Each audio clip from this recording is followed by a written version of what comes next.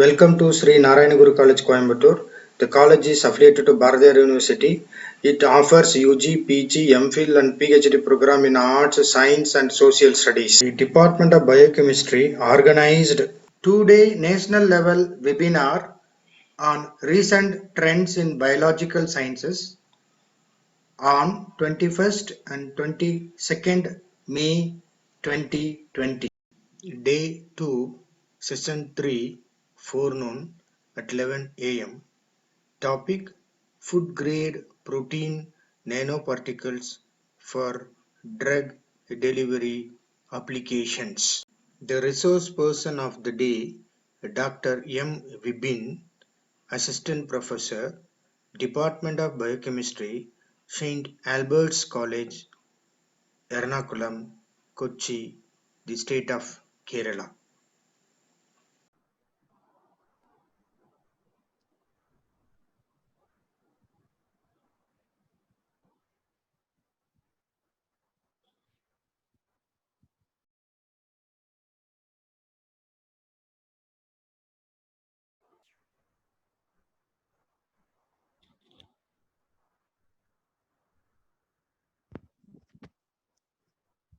Vibin sir, you can unmute your mic.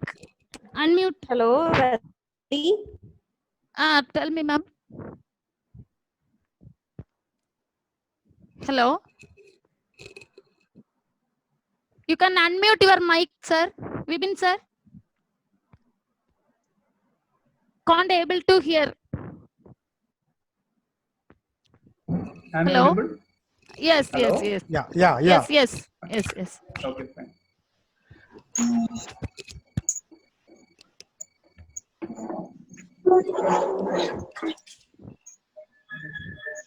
You can start, sir. Narayan Sami sir, you can start. Okay. Kind attention of the participants. Kindly mute your mic. Kindly mute your mic.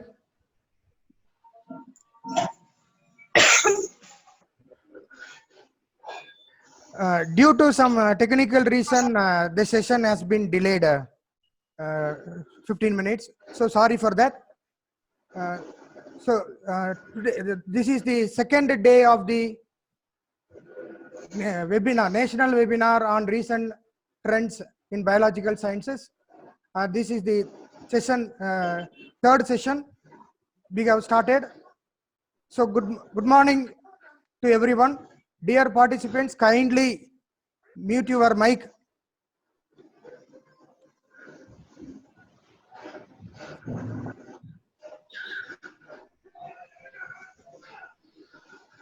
Dear participants, kindly mute your mic. Mute your mic, please.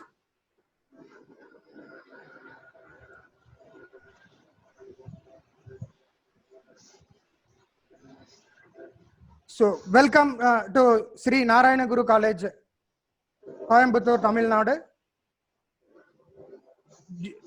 During this lockdown period and the corona pandemic, I hope we are all utilizing our time in a useful manner.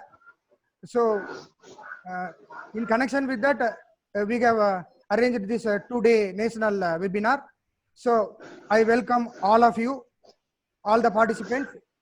Then my special welcome to the resource person of the day today, the third session of the day 2, the Dr. M. Vibin, Assistant Professor, Department of Biochemistry, St. Albert's College, Ernakulam, Kerala State. I welcome you, sir. Good morning. Thank you. On behalf of our management and behalf of our principal, Dr. M. Ilangovan, I welcome every one of you for the session 3 of the day 2 of this webinar. Now the presentation is going to start. Over to Dr. M. Vibin. Yes, sir. Screen is coming. Okay. Good morning to all. Firstly, I would like to express my sincere thanks to Dr. K. Narayana Swamy, head of the department, as well as the organizers of this national level webinar. I am going to speak on a very simple and basic research-based topic: food-grade protein nanoparticles for drug delivery applications. This is a very brief presentation and consists of two parts.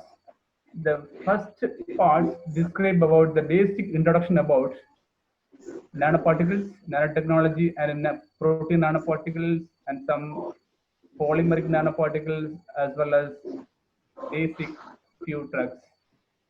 In the second part, mainly highlights, it's research oriented, and I will explain about my research findings, especially only one drug and only one protein nanoparticles.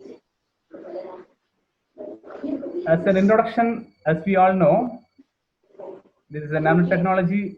Is a very old. Recently, it is a very familiar topic to all. It's usually the development of 0.1 to 100 nanoparticles. It has so many applications. I am focusing on only pharmaceutical field. In pharmaceutical field, so many nanoparticles, nanosuspensions, nanospheres, nanocapsules, and so many nano emulsions are using for drug delivery applications. Let's see one by one. Nanosuspensions, they are the colloid dispersion, and nano-sized drug particles that are produced by heatable method and stabilized by heatable stabilizer. If you see the nanoparticle, the range is 1 to 100 nanometers, but the nanosphere, the shape is different. The nanocapsule is a capsule-like structure. It is having oily core. If you see the history of nanotechnology, especially in drug delivery aspects, it was developed by Spicer and co-worker in the late 1960s. In early 1970s, the cross-linked polyacrylamide nanoparticles were produced. Then after that, Sheffel et al. Developed the process for the production of the very basic protein nanoparticles, that is albumin nanoparticles for imaging applications. Later on, the Widder et al. Incorporated magnetic nanoparticles, and they are especially for the nano field, the magnetic field they are used. So many nanoparticles are there for the drug delivery as well as polyphenol delivery. Let's see the polymeric nanoparticles. Solid lipid nanoparticles play a major role. Nano suspensions are there. Polymeric micelles, ceramic nanoparticles, liposomes, dendrimers, magnet nanoparticles, nanoshells, nanowires, nanopores, condensates, so and so. These all nanoparticles involved are used for. These are the different images of nano tools for the drug delivery application. As I mentioned earlier, gold nanoparticles, gold nanorods, condensates, nugget tubes, carbon tubes, the nanowires, nanopores, dendrimers, nanorobots. These are the tools developed for the drug delivery applications.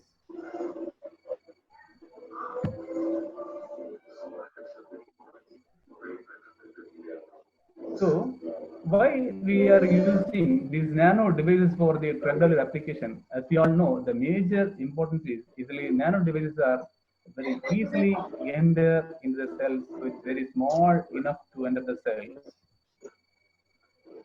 What are the advantages of nano sizing of drugs? If you see the advantages, this nano sizing, the small size, the penetration rate is very high. Then drug accumulation at the target sites is very high. We can control and target the delivery. Then we can enhance the solubility as well as increase the oral bioavailability. Then very small or decreased dose is sufficient for applications. Then target specificity and limited side effects. These are the very few advantages for the nano sizing of drugs. Coming to the polyphenols or medicinal plant products, as we all know, since we are the biochemistry background, we have sufficient knowledge on polyphenols because day-to-day life, we take so many polyphenols as a form of our food. So these phytochemicals, these are the heterogeneous group of phytochemicals, plant-based food containing more than one phenolic hydroxy group. These are the naturally occurring, mainly present in fruits, vegetables, and cereals. This slide shows about the full details about the polyphenol. The different classifications that highlighted: the phenolic acids, flavonoids, terpenes, lignans, then subclassification, especially small examples are there. This slide completely explained about the different subclassification of polyphenols. Why I am speaking about polyphenol? We are concentrating the drug delivery of the drug or polyphenol. This is the schematic representation of the therapeutic effect of polyphenols. This slide shows. You can see these polyphenols have the huge amount of the numerous applications, especially the anti-cancer property, anti-aging, diabetes prevention, then prevention of all diseases, especially cardiovascular diseases, the neurodegenerative disorders, then anti-osteoporosis, etc., etc. That's the reason we are using this type of drugs. In the second part, the first part itself, why we are using protein?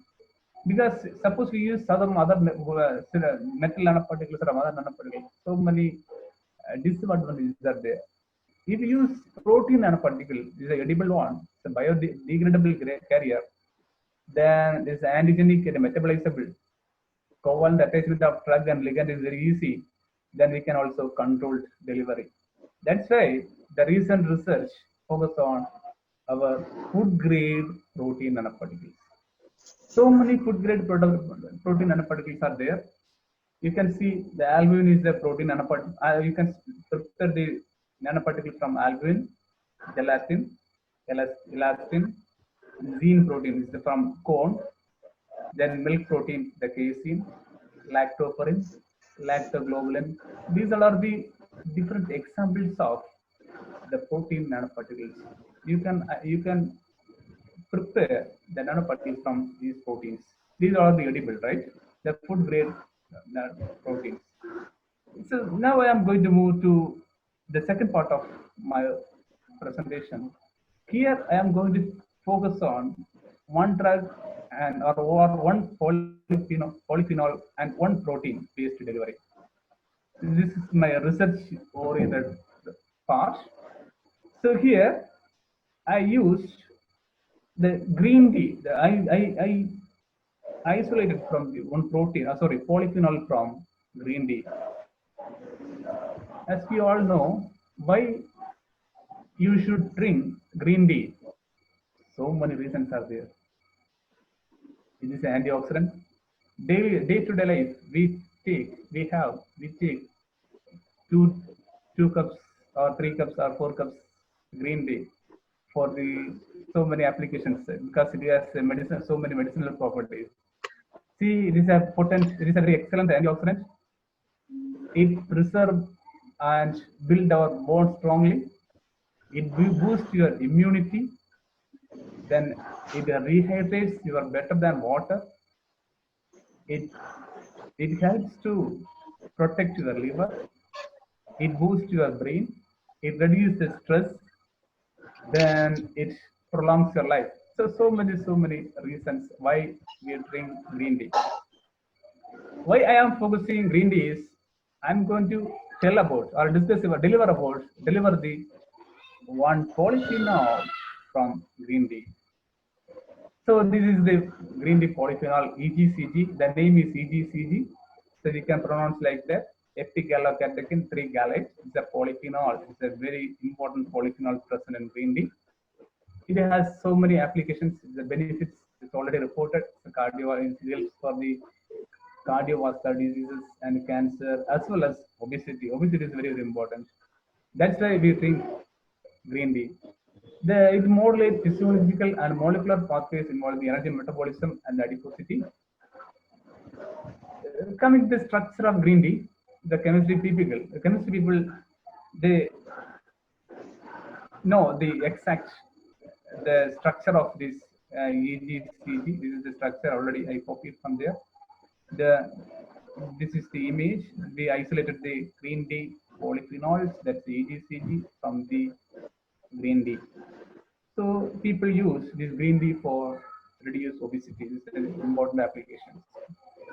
Coming to the biological activity of EGCG or this polyphenol from green tea, it has so many applications. Main activity is antioxidant activity. That means, as we all know, the normal antioxidant process, it reduces or decreases the ROS generating enzymes or capacity, and boosting ROS combating enzymes. And the other mode is the antioxidant independent activity that influences this EGCG or this polyphenol or this compound isolated from green tea. It boosts cellular responses, protein interactions, signal induction, DNA transcription, normal process.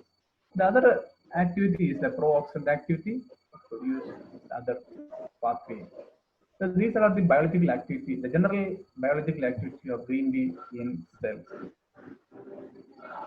Coming to the major challenge or major why we are using this protein or these protein nanoparticles for the drug delivery application.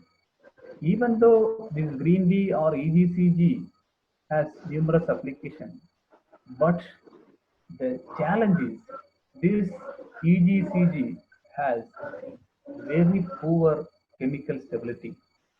Moreover, very poor membrane permeability and very low oral bioavailability.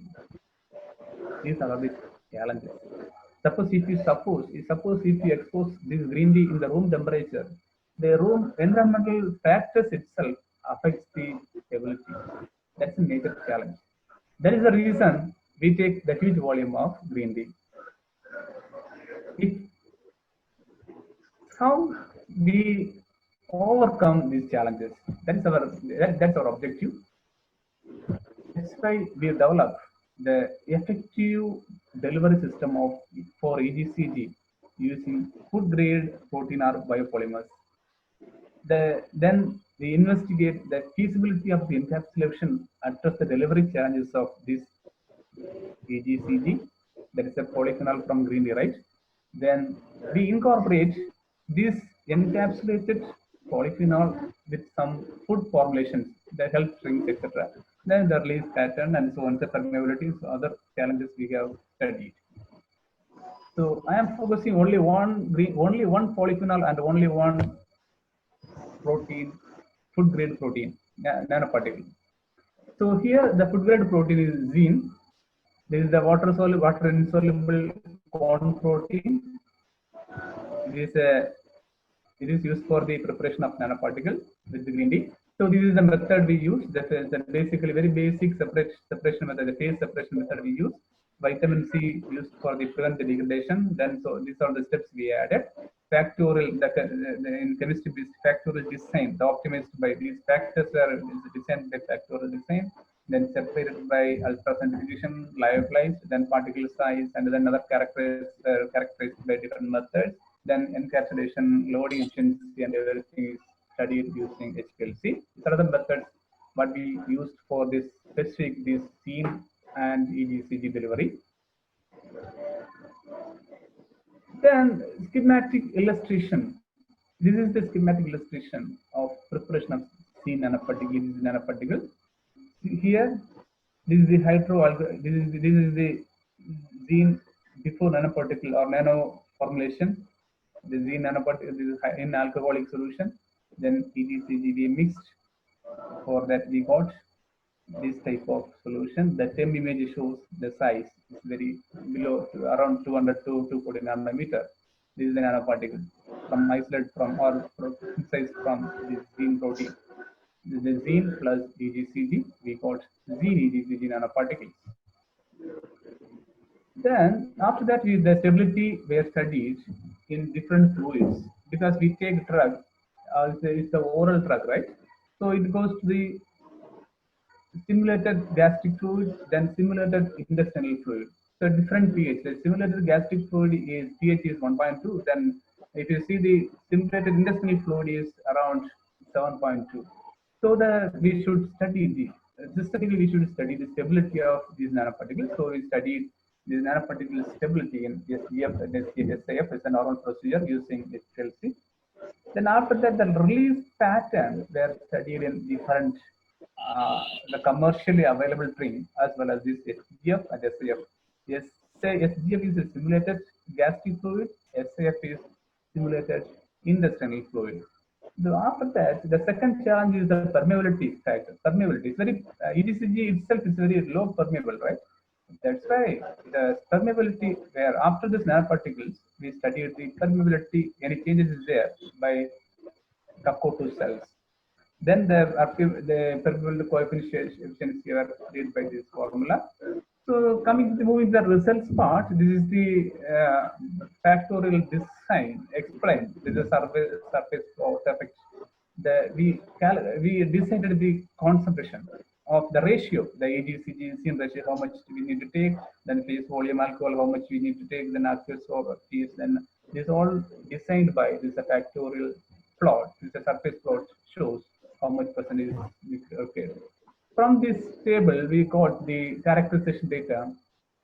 So the nanoparticle ranges, different range. There's around 340 nanometer. We got it's showing the PDA is 0.34 nanometer. Then beta potential 34 plus.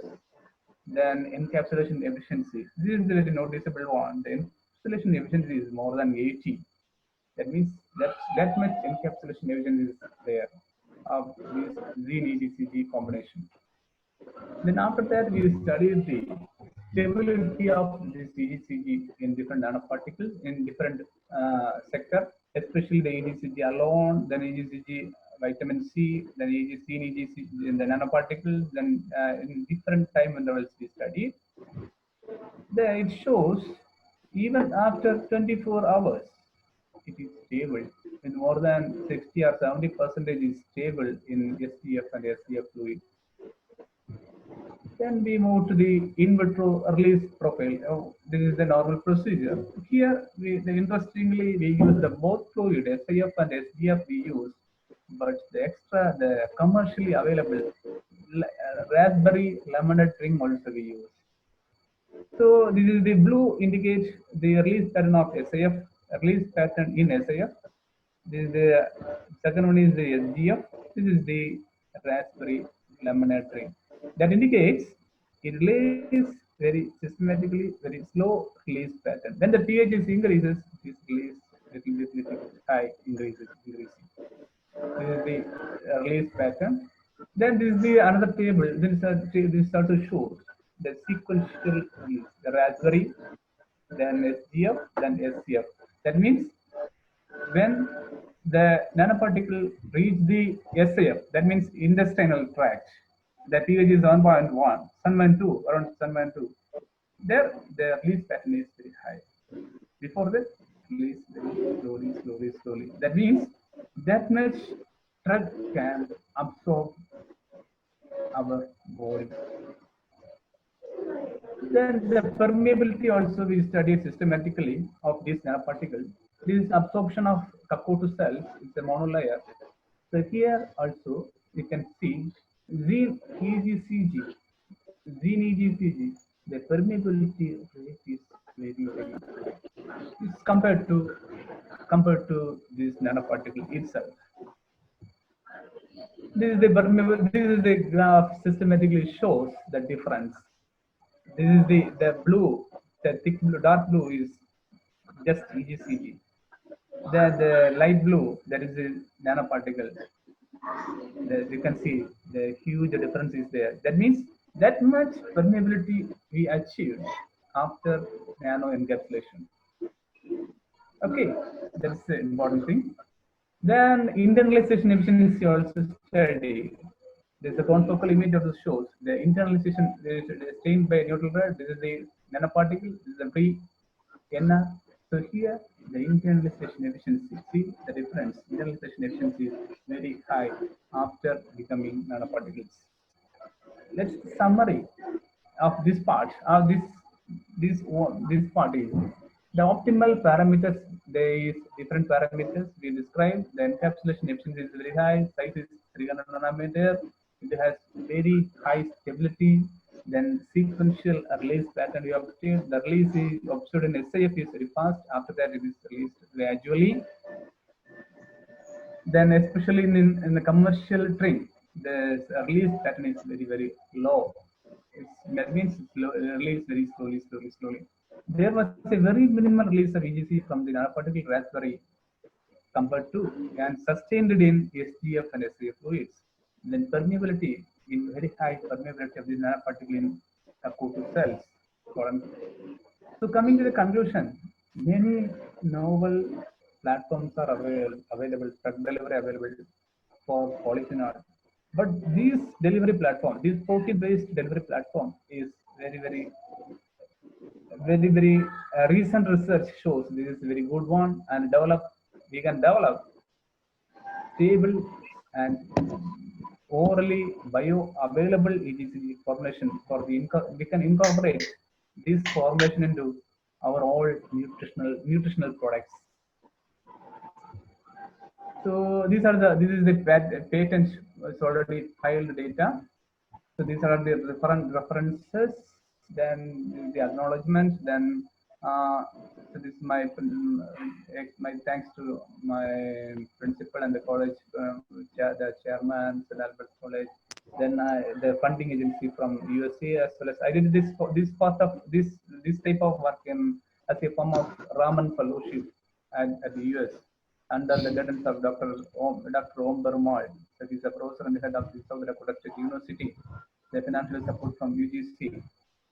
So these are the very basic things what we discussed.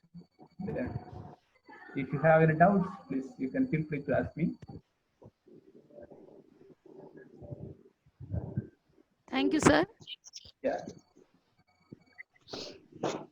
Participants, do you have any doubt? Please post your questions in the chat box. Sir, there is some questions in the chat box, sir. Yeah, you can ask. Feel free to ask me. What was the sample size of your study and any specific dosage for incorporating the products?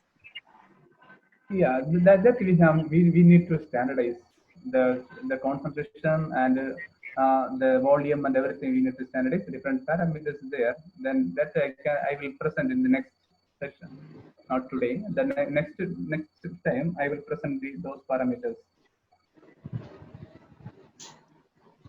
And one more question, sir. Yeah. Can every drug be transformed similarly to increase efficacy? That depends on that's vary based on the nature of the drug. The efficacy can be changed. That's so many factors are there. That means the volume, then ratio, then which protein, which polymer is here, which calorie is going to be changed.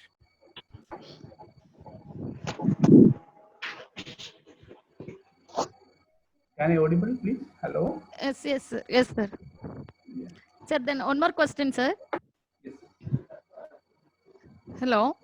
Yes, please. Zine is a protein, no? Yeah, it's a protein isolated from cone. It's a cone protein. Okay. Is there any possibility? Yeah, insoluble nature. Yeah, please.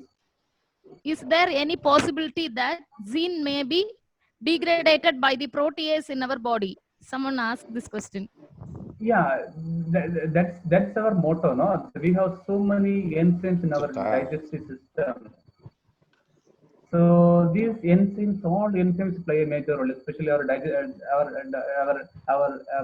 HCl, our stomach has HCl, no? These.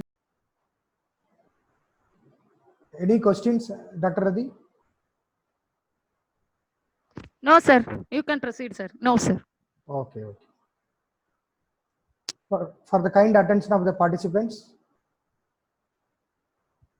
The recorded version of this, all the 3 sessions will be sent to you. That YouTube link will be sent to you, to all the registered participants through their mail. Those who have attended all the 3 sessions without registration, they can also send their mail ID to our department mail ID, so that we'll send even the YouTube recorded version. And along with that YouTube recorded version, we'll be sending you the feedback link, and you have to submit that link. Once if you submit the link, you will be getting the certificate. On behalf of the college management, on behalf of our principal Dr. M. Ilangovan, and behalf of our own department faculties, I extend my gratitude and thanks to the resource person of this session, Dr. M. Vibin, Assistant Professor, Department of Biochemistry, St. Albert's College, Ernakulam. He immediately accepted our invitation, and he gave you a nice presentation. So on behalf of every one of us, I thank him once again. Then I thank the organizers of our own department, and I extend my grateful thanks to all the participants, those who have extended their kind cooperation for conducting this national webinar.